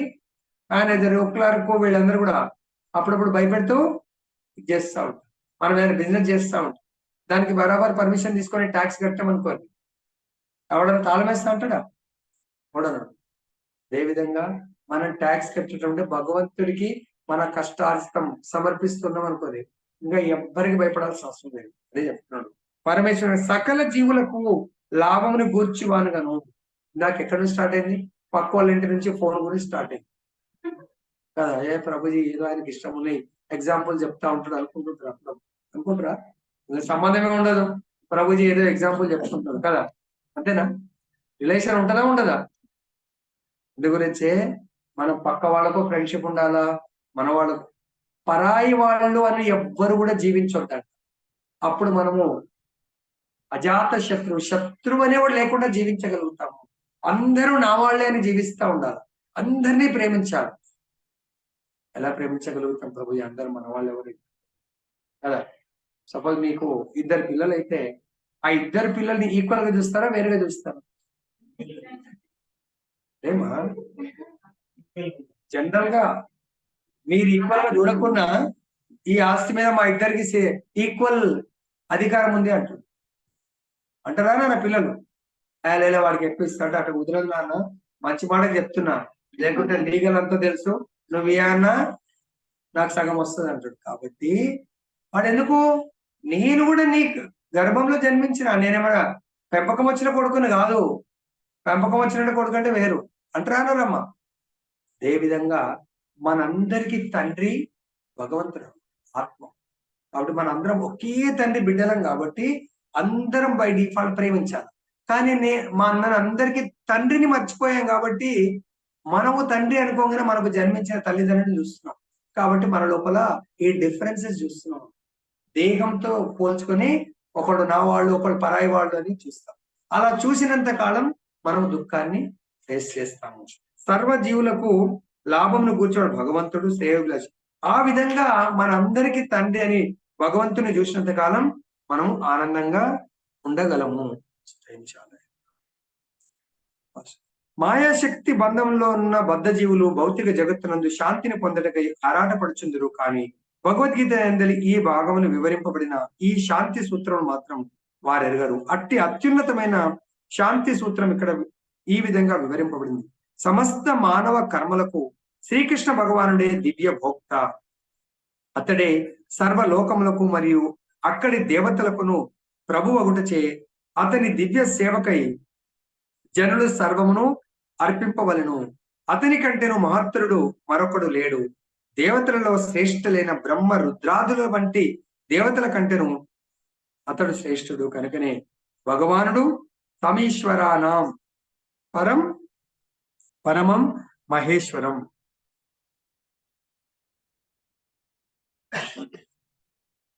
అని వేదములందు శ్వేతాశ్వతరోపనిషత్తు 6.7 వర్ణింపబడింది. మాయామోహితులైన జీవులు తాము చూచు దానికంతటికి ఈశ్వరులు కావాలని యత్నించుతున్నారు. కానీ వాస్తవమునకు వారు దేవాది దేవుని యొక్క మాయాశక్తి ఆధీనము నందున్నట్టు వారే. శ్రీకృష్ణ భగవానుడు భౌతిక ప్రకృతికి ప్రభువు. బద్ధ జీవులు కఠినముకు ప్రకృతి నియమములకు లోబడి ఉండేవారు. ఈ నగ్న సత్యమును ఎరగనంత కాలము ప్రపంచమందునందు వ్యక్తిగతముగా గాని సామూహికంగా గాని విశ్వశాంతిని సాధించే అవకాశమే లేదు. దేవాది దేవుడైన శ్రీకృష్ణుడే పరమేశ్వరుడు. శ్రేష్ఠులైన దేవతలతో సహా జీవులందరూ అతని అధీనమునందుండువారు అనుటే కృష్ణ చైతన్యము. అట్టి సంపూర్ణ కృష్ణ చైతన్యమునందే మానవుడు పరమశాంతిని పొందగలడు. కాబట్టి ఇక్కడ శాంతికి అశాంతికి రెండు కారణాలు. ఒకటి, శాంతి అన్నప్పుడు మనము సేవాభావము శాంతినిస్తుంది, భోగభావము అశాంతినిస్తుంది. నేను సపోజ్ నా ఎదుటి వాళ్ళతో మన సింపుల్ లోయెస్ట్ భార్య భర్త పిల్లలు, భర్త ఎప్పుడు కేవలము నువ్వు దాసివి, నిన్ను ఒక పని మనిషి కొరకు తెచ్చుకున్నా అంటే వాళ్ళిద్దరు ఎప్పుడు శాంతి ఉంటారా? నేనెందుకయ్యా దాసి? మా అమ్మ నాయన నాకు ఎక్కువై నీకు పని మనిషిలాగా పంపలేదు. లేదు, నువ్వే నా యజమాని అని భర్త ఒక్కసారి అని చూడని ఆమె యజమానిగా ఫీల్ కాదు. ఆమె ఇంకా ఆనందంగా ఎక్కువ సేవ చేస్తుంది. ఉన్నా కదా? అదే భర్తని కూడా నువ్వు నేను ఎక్కువ, నేను సగం సేవ చేస్తే నువ్వు కూడా సేవకుడివి అన్నాం అనుకోండి, ఈగోస్ అన్నాడు కదా. అప్పుడు తను కూడా ఎస్ నేను, అందుకొచ్చే మన దాంట్లో ప్రభు అంటే యజమాని. ఎవరైతే పేరు ప్రభు అని పిలుస్తున్నారో వాళ్ళని వాళ్ళు సేవకురాలుగా సేవకుడుగా భావించాలి. అప్పుడు సేవకుడికి, ఇప్పుడు మన ఇంట్లో పని మనిషిని పెట్టుకుంటాం, పని మనిషి వచ్చి మంచిగా ఇలా సోఫాలో కూర్చుండి అమ్మా కొన్ని నీళ్ళు ఇయ్యమ్మా, సో చాయ్ చేసినాం అమ్మా, టీ అమ్మా. లాస్ట్ పని అంతా చేసి పోయేటప్పుడు ఏమన్నా టీ ఉన్నదంటే ఆ టీ పాత్రను కూడా కడుగుతుంది. కాబట్టి అప్పుడు అమ్మాయిలు అందరూ, అమ్మ మీరు అందరు తాగిరమ్మా, తాగినామంటే మమ్మల్ని ఆమెనే వస్తుంది పనంతా. ఇగో పని, ఇక ఆ పేరు ఏదో పని మనిషి పేరు పెట్టి టీ తాగిపోవాలి. ముందే వచ్చి కాలు మీద కాలేసి పెట్టేట్టు అనుకుంటా, మాకు కొంచెం టీ వస్తావా, టిఫిన్ ఉందా, టిఫిన్ తిన్న తర్వాత ఆలోచిస్తా పని చేయాలి. ఆ పని మనిషిని పెట్టుకుంటారు ఎవరైనా? పెట్టుకోరు. రాగానే ఆమె తన పనిలో నిమగ్నం అయిపోయింది అనుకోండి, వద్దంటే కూడా ఆమె వేడి ఉప్పు మళ్ళొకసారి వేడి చేసి పెడతా ఉంటుంది. పని మనిషి వేడి ఉప్పు పెడుతుంది, టీయో పాలు ఇచ్చి వెళ్ళేటప్పుడు కడుపు నిండా పెట్టి పంపిస్తుంది కదా. ఎందుకు? ఆమె సేవకు మెచ్చి. కాబట్టి ఇక్కడ కూడా మనము సేవ చేయవలసింది ఎవరికి?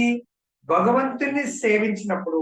లైక్ ఎగ్జాంపుల్ మనకు చెప్తా ఉంటారు, ఈ హోల్ శరీరానికి మనము శరీరం మొత్తం ఆనందంగా ఉండాలంటే ఏ భాగాన్ని సేవిస్తే శరీరం అంతా ఆనందంగా ఉంటుంది? మనకు భోజనం చాలా ఇష్టం, మంచి వెరైటీస్. ఆ భోజనము ఎక్కడికి వెళ్తే ఈ శరీరం అంతా ఆనందంగా ఉంటుంది? కడుపుకు వెళ్ళడం. సపోజ్ నాలుగు అన్నారు కదా, ఈ పైపు పాడైపోయింది అనుకో, నోరు బాగుంది, పైపు పాడైపోయింది, అస్సలు దాటట్లేదు, మంచి పంచపక్ష పరిమాణాలు ఉన్నాయి, మరి ఆనందంగా ఉంటారు? నాలుగే బాగుంది, పళ్ళు బాగున్నాయి, కానీ నమిలిన తర్వాత ఇక్కడ చాలా మంట, మింగలేము. ఎంత అన్నం నములుతారు? నమిలింది లోపలికి పోతే నెక్స్ట్ బుక్క పోతుంది. కాబట్టి ఇక్కడికి పంపిస్తే అన్ని ఇంద్రియాలు ఆనందంగా ఉంటాయి కదా. అదే భగవంతుడు చెప్తున్నాడు, ఈ సృష్టిలో ప్రతి ఒక్కరూ నేను ఈశ్వరుని కావాలనుకునే భావన వాళ్ళకు దుఃఖాన్ని ఇస్తుంది. ఈశ్వరుడు అంటే కంట్రోలర్, భగవంతుడు పరం కంట్రోలర్. పరమేశ్వరుడు అంటే ఏంటి? ఈశ్వరుడు అంటే నియమించేవాడు, నియంత్రించేవాడు. అంటే మనందరికి కూడా మనం ఆయన యొక్క అంశ.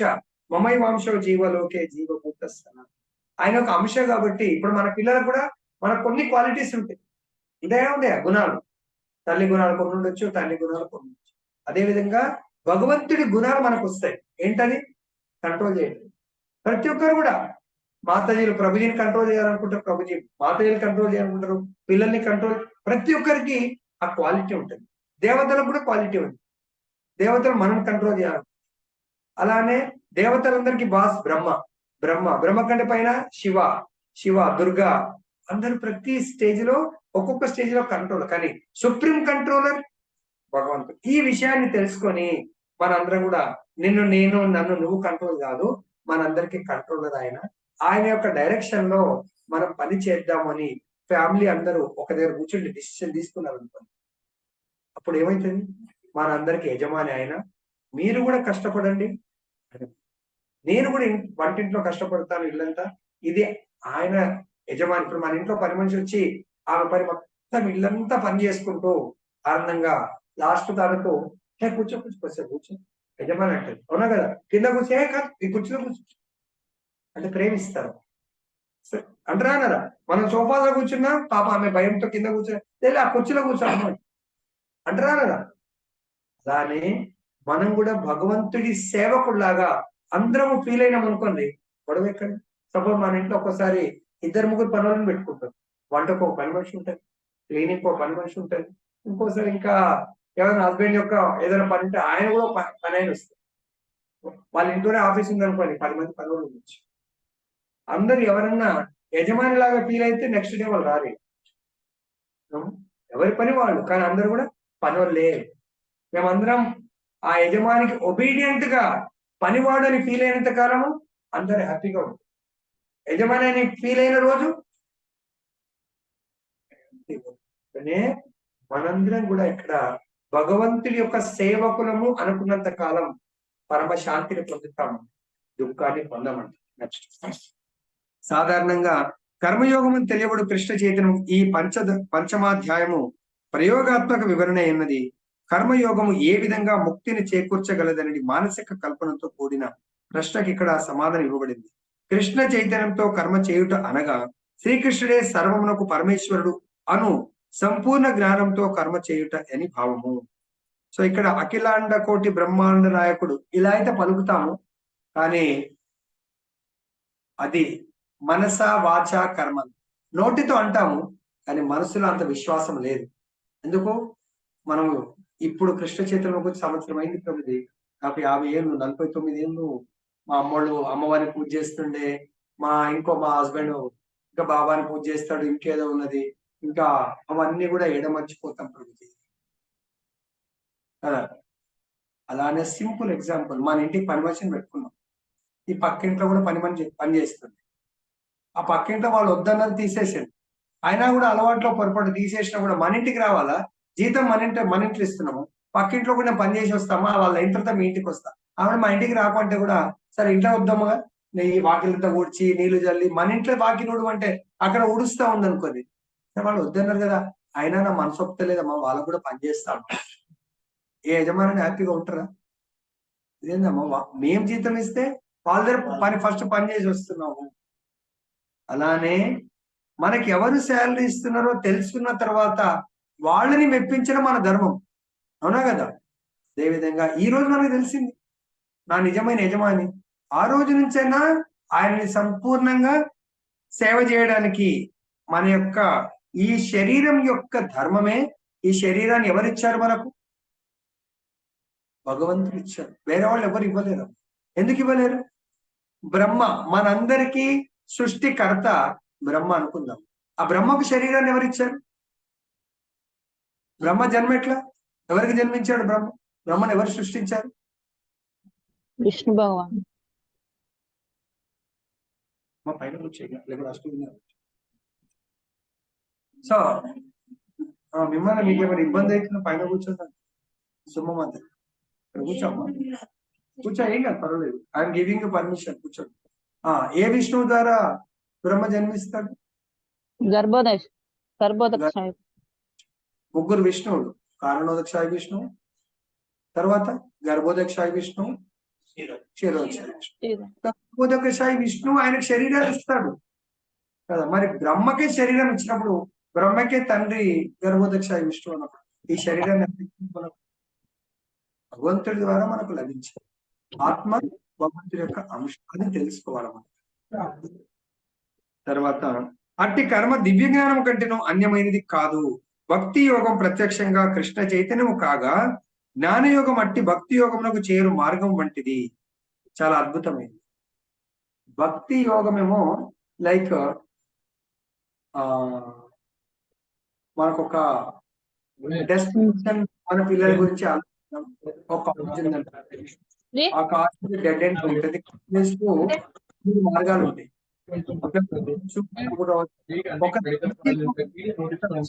సర్కిల్ నుంచి ఆ డెడ్ ఎండ్ ఉంటుంది. మీకు తెలుసా? డెడ్ ఎండ్ అదే ఎండ్ అంటారు కొన్నిసార్లు. అడ్రస్ ఆ డెడ్ ఎండ్ బిల్డింగ్ అంటారు. ఆ డెడ్ ఎండ్ బిల్డింగ్ కు 3 మార్గాలు ఉంటాయి.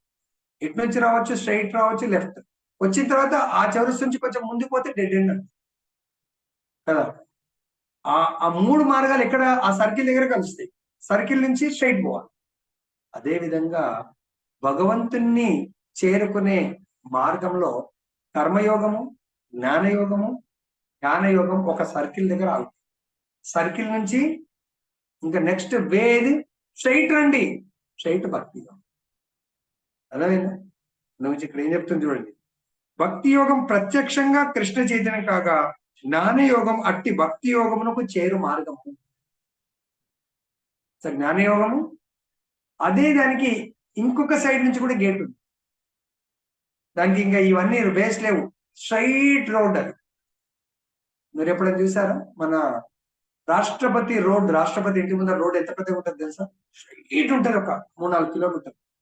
అక్కడెక్కడ దానికి బేస్ ఉండవు, డైరెక్ట్ స్ట్రైట్ రోడ్ అని.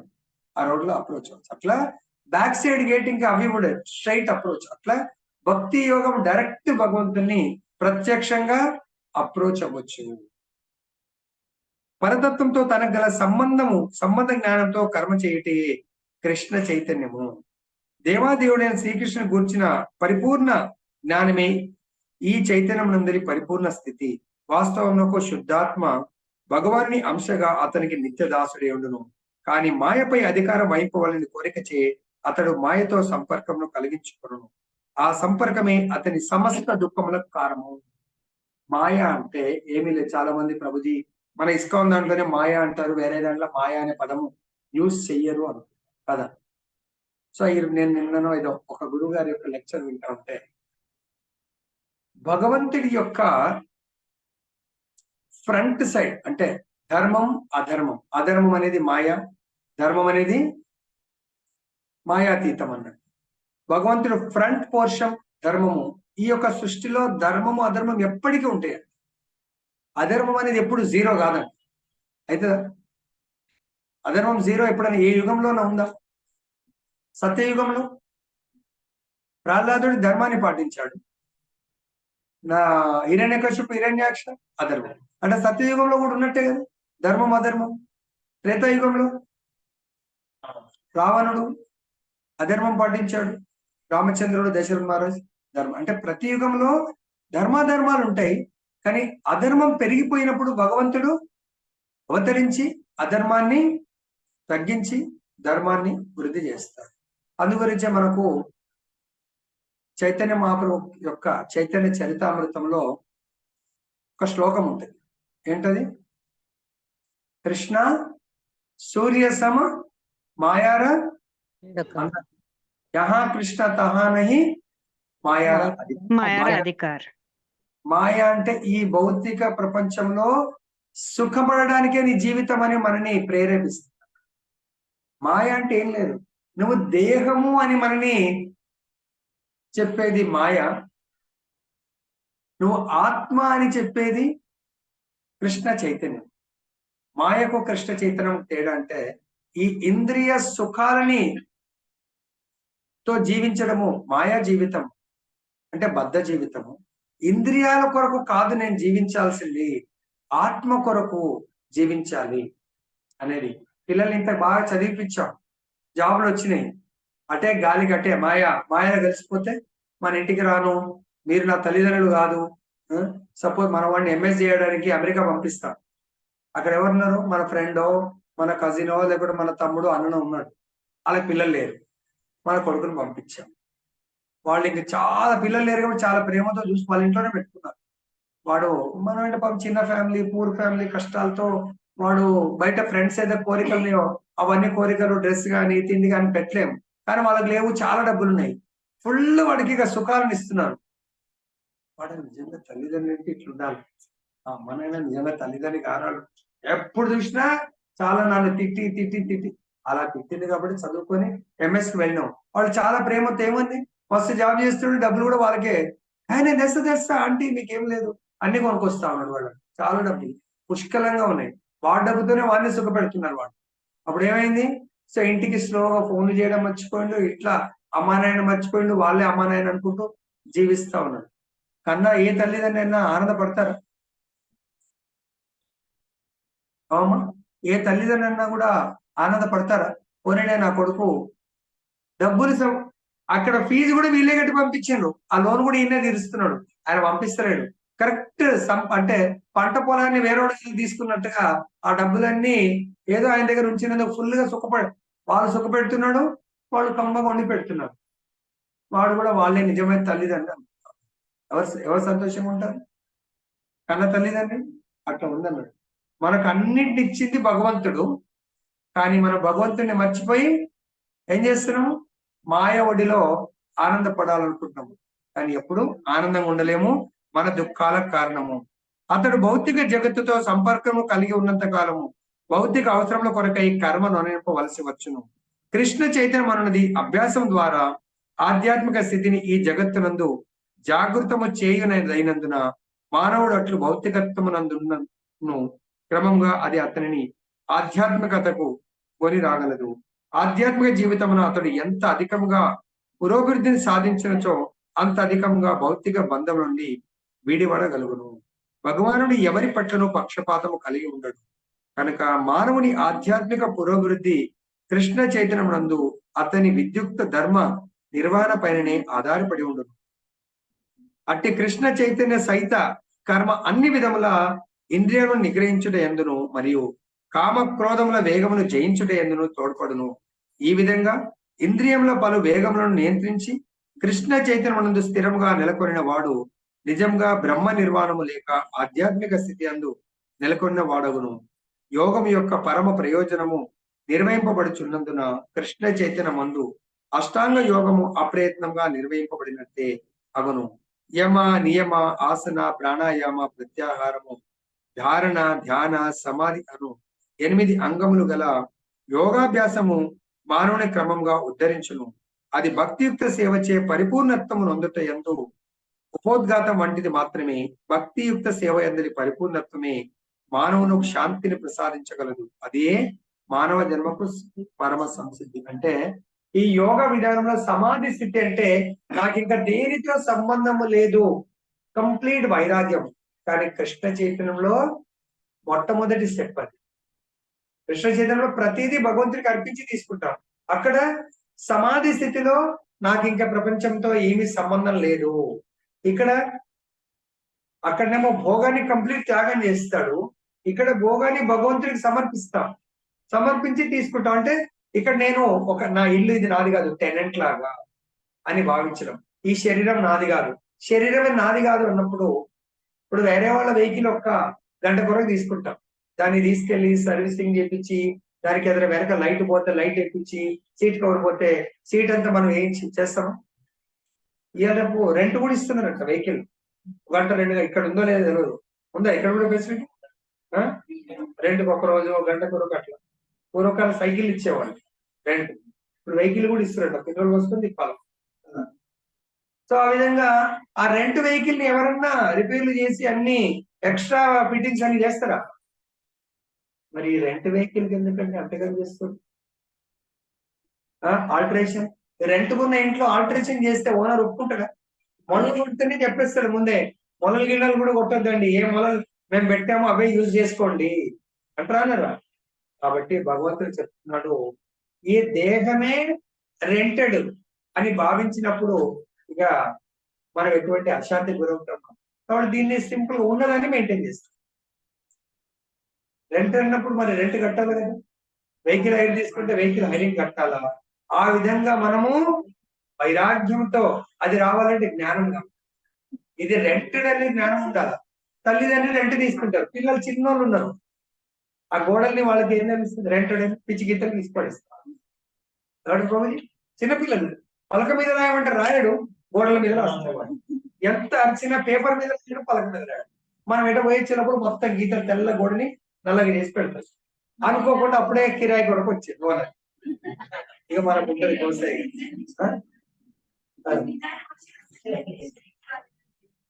కాబట్టి అప్పుడు ఆ ఓనర్ బాధపడుతూ ఉంటాడు, ఆ కిరాయి మా ఓనర్ ఎంత తింటాడు ఏమో వాళ్ళు బాధపడుతుంటే మన దుఃఖానికి కారణం ఈ దేహాన్ని సరిగా యూజ్ చేయకపోవడం. ఈ దేహాన్ని భగవత్ సేవ ఉపయోగించడం ప్రారంభించండి, పరమ శాంతిని పొందుతారు. అర్థమైందా? అలా ప్రతిరోజు భగవంతుడి కొరకు ఉపయోగిస్తే లాస్ట్ కి ఈ దేహం వదిలేసేప్పటికీ ఏం దొరుకుతుంది మనకు? జీవించి ఉండగా శాంతి, శరీరాన్ని వదిలేసిన తర్వాత పరమ శాంతి అనేటువంటి ముక్తిని చాలా సులభంగా పొందగలము. కిరాయి ఉన్నంత కాలం కిరాయి ఆయన 5 తారీఖు అంటే ఫస్ట్ కి ఇచ్చామనుకోండి, ఓనర్ మన ఇంటికి కూడా రాడు. వస్తాడా? రాడు. ఇయర్ అమెరికాలో ఉంటాడు ఆయన, వస్తాడా? రాడు. అలానే భగవంతుడు గోలోకంలో ఉన్నాడు, ఆయనకు రెంట్ మంచిగా పంపిస్తా ఉన్నారు అనుకోండి, అక్కడికి రమ్మంటుంది. సపోజ్ మన అబ్బాయి కూడా అమెరికా వెళ్ళిండు అనుకోండి, అది కూడా వాళ్ళ ఇంటి దగ్గరికి, వాళ్ళ కాలనీకి, మాది ఒక పోర్షన్ ఉందండి, మీ అబ్బాయి కూడా కిరాయిస్తేనే అంటాడు. అన్నాడా? మాదే ఉంది, ఎక్కడ ఎందుకు వస్తావు రామ్మోహన్ గారు, మా దగ్గర పోర్షన్ ఇస్తాను, ఎందుకంటే మీరు కిరాయి ఎంత బ్రహ్మాండంగా కడతారో మాకు తెలుసు కాబట్టి మీకే ఇస్తాం కిరాయి. అలా గోలోకంలో కూడా భగవంతుడు మనకు ఇక్కడైతే భూలోకంలో ఒక ఇల్లు ఇచ్చాడో అక్కడ కూడా ఒక ఇల్లు ఇస్తాడు. సరే కూడా రెంట్ బాగా పే చేస్తే. కాబట్టి ఆ విధంగా ఇక్కడ శాంతిగా ఉండొచ్చు, ఇక్కడ పరమ శాంతిగా ఉండొచ్చు. ఇంతటితో మనం ఉంటాం. జాగులో గ్రంథ శ్రీమద్ భగవద్గీతకి జై, శ్రీ రాధారమణ లాల్ की जय, जगन्नाथ बलदेव सुभद्रा माई की जय, गौरनिताय भगवान की जय, जगत गुरु श्री प्रभुपाद की जय, श्री श्रीपाद गुरु महाराज की जय. సో లేట్ అయినందుకు మన్నించండి, ఎందుకంటే ఇది చాలా ముఖ్యమైన శ్లోకం, 3 శ్లోకాలు చెప్పాల్సి వచ్చింది కాబట్టి అయినా లేట్ స్టార్ట్ చేసాము. సో ఎవరికైనా ఏమైనా ప్రశ్నలు ఉన్నాయా? హరే కృష్ణ. ఎవరికి ఏం ప్రశ్నలు లేకుంటే ఇక్కడ ఎండ్ చేసి మనము చార్ధాంది ఈ రోజు మీటింగ్. ప్రభుజీ ఏమైనా ప్రశ్నలు ఉన్నాయా? అనౌన్స్మెంట్ ప్రభుజీ. ఇది ఎండ్ చేయండి ప్రభుజీ, ఫస్ట్ రికార్డింగ్.